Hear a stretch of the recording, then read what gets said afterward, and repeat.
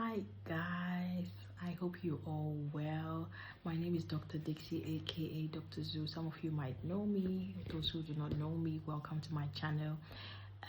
Today we are going to talk about the lady that drowned her 4 kids plus herself and her baby because of postpartum mood changes.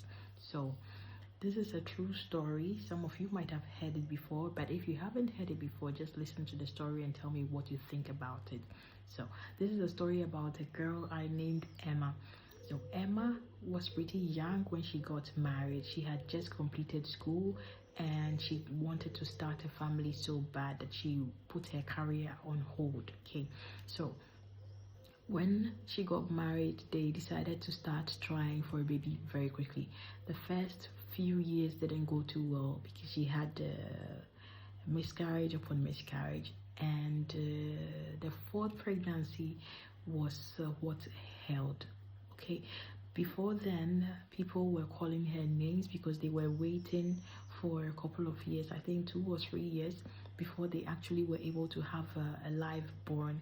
So Emma was very bubbly when she got married, but when the pregnancy wasn't going too well and she was having miscarriages, people were calling her barren. They were calling her all sorts of things.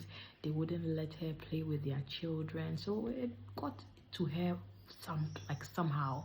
And after the first 3 years, when she was able to get pregnant and have her own baby, goodness, Emma was so happy that finally she had been able to have her own baby. She had a baby girl.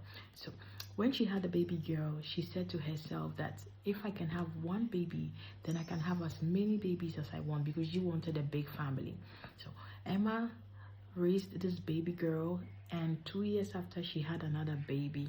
This time round it was another girl. Then she went on to have 2 more children, and after about 7 years, I think, she had a last baby, which was a little boy.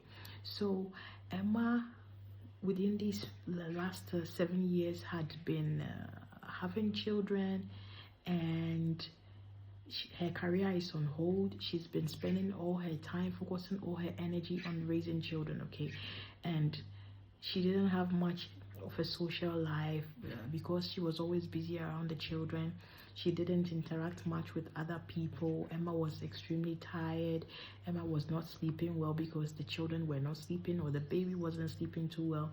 And because she was home and the husband had to be the breadwinner, he was always away working hard. So Emma had to also do her part of the game, that is taking care of the home and making sure that everything was okay. So every day Emma would prepare the children for school. When it's a school day, cook for them, make sure that they get to school on time.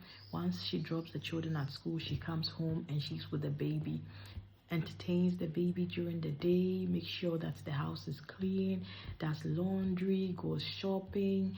You know, it's a lot. It's a lot of things that Emma was doing during the day, and she had been doing this for a couple of years. In the beginning, she was very excited about this, but as time went by, she became a little unhappy, if I should say, and she started to change.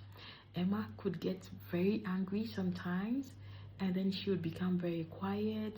Then she would become extremely happy sometimes. Then she'll log off again and become very quiet and weird. And her husband always associated these things with premenstrual syndrome. Okay, that's how women are. Women are very emotional. Emma never told her husband that she was having a hard time. Emma never told anyone that she was like seeing things or hearing voices. Emma never said anything like that. She just got quieter as time went by. Her husband didn't pay attention to it, but he was like, okay, it's just a woman's thing. I mean, he was always tired when he came back home anyway.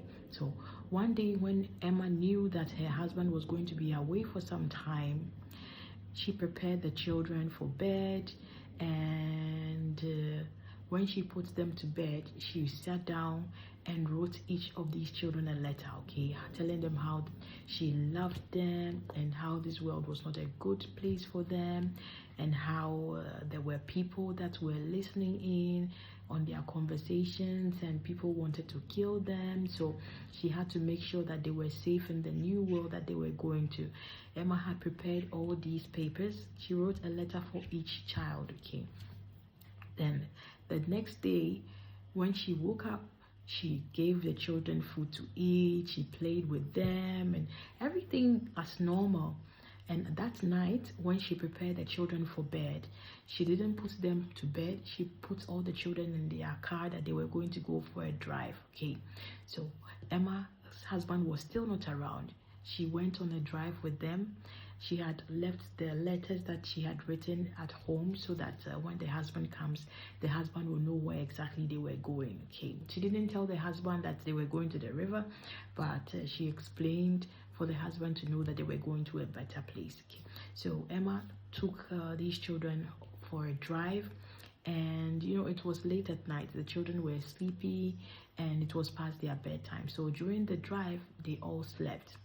Emma drove to this riverside, and when she got there, she was prepared for what she was going to do, because to her, in her mind, she knew that this world was not a good place to be. So she got to the riverside and she picked the children up from the car one by one, and she walked them to the river, and then she would dump the children inside. So she would take the first one, walk to the river, and then put the baby in the water. Come for the second one, put the baby inside the water. Third one, put the baby inside the water. Fourth one, she did the same. And while she had put the bigger children in the river, she went for the baby, and together with the baby, they walked into the river and drowned themselves as well. So she had accomplished whatever it is that she came to do. And the husband came home later that day, found these letters, but he had no idea where Emma had gone to.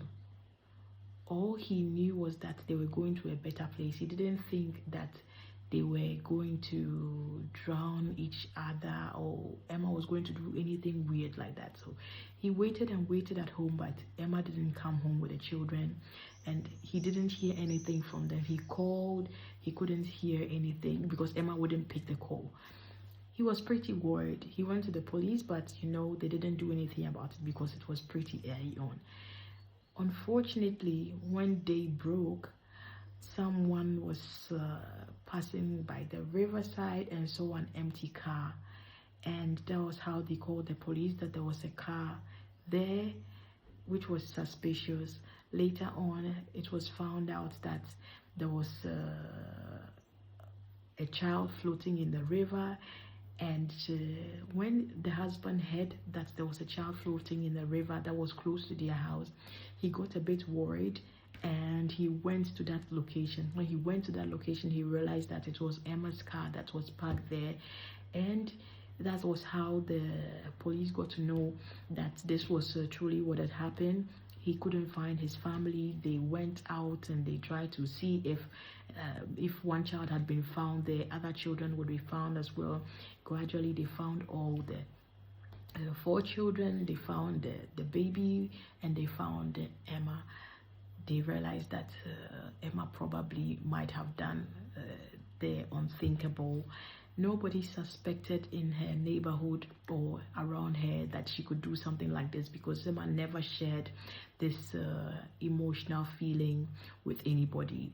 Yes, her neighbors knew that she had changed over the years. She had become weird. She had become distant. She didn't want to talk to anybody, but they didn't care.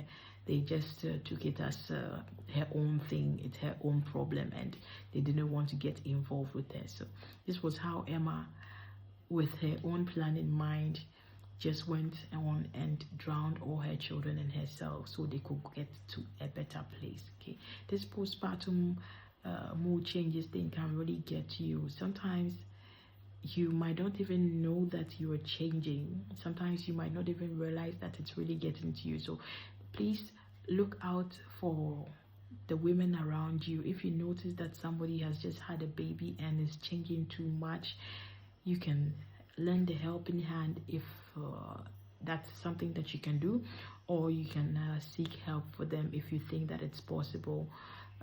People need help out there. This postpartum thing is getting to people. Help women out there if you can. If you know somebody that has just had a baby that needs your help, just give them a helping hand. Even sleeping for an hour or two might be very, very helpful to them. Talking to them, checking to see how they're doing, all these things are very, very helpful, so that these new moms do not feel so secluded. This is what happened to Emma. This is Emma's story, and I know that some of you might have heard other stories like that. If you have, you can always share it in the comments below.